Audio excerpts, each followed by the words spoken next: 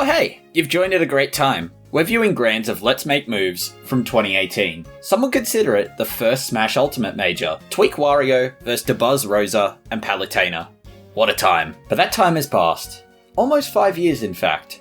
Tweak now plays Diddy and Sephiroth, while Dabuz still wields Rosalina with Olimar and Min Min in tow. The times have changed. In Smash Ultimate's 5th year, your big names have gone from this to this. MKLeo and Tweak no longer run riot at the top, with Acola and Spargo being the top two now. These changes over such a long period of time brings a shift in focus, motivation, and drive for many players. While this might not be a sentiment shared globally, as events are still amassing over 2,000 competitors with many more viewers, I think at a local level, Smash Ultimate Burnout is abundantly clear. Players don't care as much, players don't want to compete, and players are growing sick and tired of the game. Today we're going to explore the burnout, the factors causing it, and what it means for the future of Ultimate. Let's jump in. That's right, this is the part of the RavSav video where I define some simple stuff and contextualize it for you.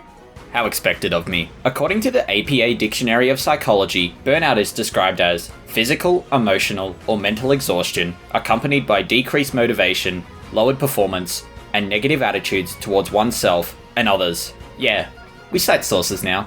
Fancy. Let's contextualize this for Smash.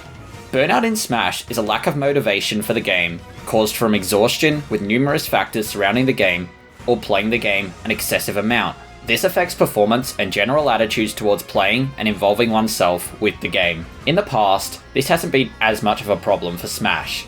Not having fun? Just take a break and come back refreshed. This used to be the play, but what's ended up happening of late is the sheer amount of players getting burnt out and at a faster rate. Let's see what we can find. We'll start with an easy one. You do anything enough, your brain is going to get sick of it.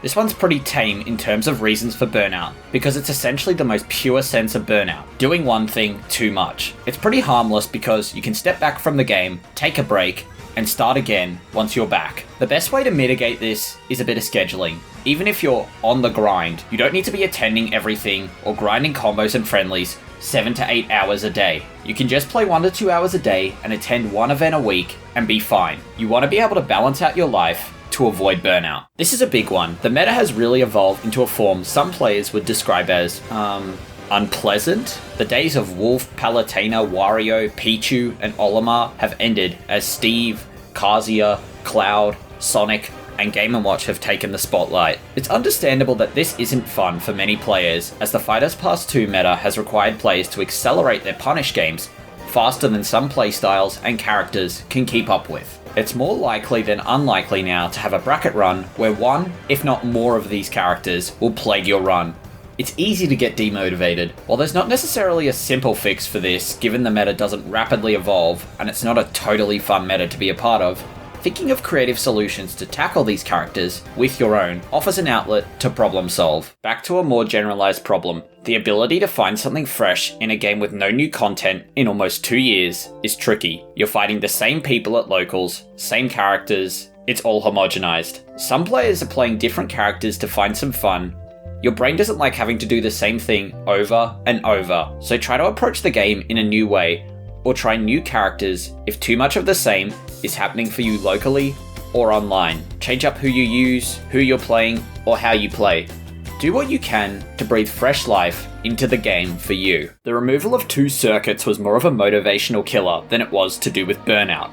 I wasn't initially going to include this, but a tweet from SebPro101 kinda flipped that. Death of SWT/Panda Circuit is the biggest killer of them all, to be honest. Thinking we had something so great, and it all being broken down within a week, and for Jono, Shrix, Diddy, legit flying to America and having it cancelled while they were there, I might have just scooter ankled myself. Late 2022, Ult was kind of on a high. 2 circuits were nearing their end, one internationally focused, one focused on NA, and then shortly after Apex, it all came crashing down. VGBC was forced to close down the end of its championship at the hands of Nintendo, and the blame game began. Panda copped the brunt of it, shut its circuit down, and its doors. Smash had entered another dark era. VGBC couldn't run any events, A bunch of players and commentators were out of the job. Smash banded together as a community, but the damage was done. A lot of players looking to grow and improve off the circuit took a huge hit in motivation, as their opportunity to perform on the international stage could be torn away from them in an instant. Many players in smaller regions had a grave realization going into year 5 of the game that their time to prove themselves was gone. As a low-level player, I can't begin to understand the situation and how it impacted players, so I can't give a clear answer to this problem. It worsened from this point with big sponsors dropping players, less majors this year, big problems with Steve, and the shutdown of Beyond the Summit. It's not a great time for Smash, but there's certainly little wins and fun to be had still. Patches stopping in December 2021 was a big one. Fighters Pass 2's lack of care in design can be attributed to the time they released, where thanks to COVID, there weren't many playtesters to iron out the kinks in these characters. Tweak honestly puts the problem best here when he said this. It's not about who's carried, who's not, like banning or not banning, like their addition and the lack of like care put into like their design. Obviously it's a casual game, so of course this has a chance of happening. And you know, just leaving it as it is why we're in this spot. Like there's no good option. You know what I mean? Game's already screwed. Like it just is what it is.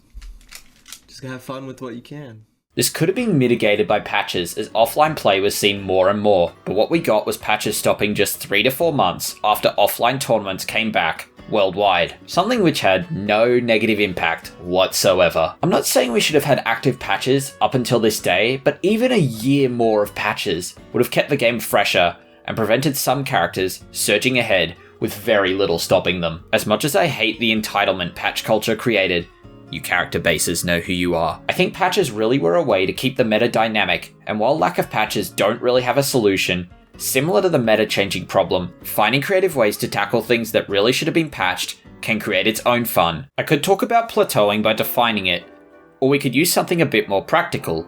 If you know me personally, you'd know I'm a little too into self-improvement books and would like to use this. What you can see here is the plateau of latent potential from Atomic Habits by James Clear. The challenge of understanding how progress sees dips before improvement rather than being direct and linear has always been a struggle of players. But recently, this struggle has ramped up as stagnation and plateauing comes with a fear factor of time. While nothing is concrete or clear, Nintendo is probably looking at a new console in 2024, with a new Smash title around 2025 once the ownership of consoles has been built up. What this means for Smash Ultimate is players who aren't hitting goals or plateauing have this inherent fear that they're running out of time. What I'll say to this is 2 years is a long time, and there's no big looming clock yet.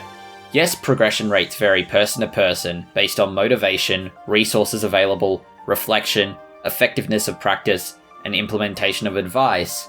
But if you continue to practice the core skills of knowledge, experience, execution, and discipline, you can continue to improve as the game marches towards its end. This is another obvious point as the game's age has had a huge impact, with the game coming up to its 5th year anniversary. People are getting tired of a game with nothing new to offer in almost 2 years, content-wise. I mean, compare it to the longevity to a lot of big FGCs right now. The Twilight years are coming up for Alt. It's only natural that the boredom is really setting in, and the best thing to do for this is similar to what we've talked about previously. Play the game in different ways. Different formats, different characters, Iron Man runs, win streaks on quick play / elite, Nuzlocke challenges, D20 tournament runs. There's so many different ways to approach the game to give it fresh life. We reach our last stop for today, and arguably one of the most impactful reasons. Other games have a lot to offer right now. Street Fighter VI has found an incredible way to appeal to more casual FGC fans, and EVO 2023 may have been one of the greatest top 6s I've ever seen. Guilty Gear Strive is pumping out amazing content, while Project L and Tekken 8 are on the horizon. There's certainly greener pastures out there for smashers, one with more life, and even a bit more money too. Chasing that high of learning a new game is very real. The benefits come back to Smash in a way, as skills are very transferable, and even have the potential to improve Smash skills like reactions and conversions on hit. But there's nothing wrong with expanding your horizons. You do not have to tie yourself down to just one competitive game. The fun is waiting out there for you. So we took a lot in today. Like a lot. I can't pretend to have all the answers for scene-wide Burnout, but I can talk about them to work out how we can tackle the issues. The game is aging, the meta isn't the healthiest it's been, Smash has never needed more help to hold on, and players are burning out faster than ever, but we can still band together to ensure we've got the dedicated and the determined working through it all to see this game keep kicking on. I don't know how sturdy the future of Smash Ultimate is, but if events can still have 2,605 competitors fighting for their life to win, at a local level, we can do our best to ensure every player, from the Forever Tours to the top players, have the best time they possibly can. Burnout doesn't last forever, and everyone will experience it, but there's always a way around it. So go out there and keep doing what's most fun for you in Smash Ultimate, because despite all the problems, this game still rules. But that's a wrap from me. I've been Ravsav. Feel free to drop how you're tackling any burnout in Smash Ultimate in the comments, and I'll see you next time. See ya.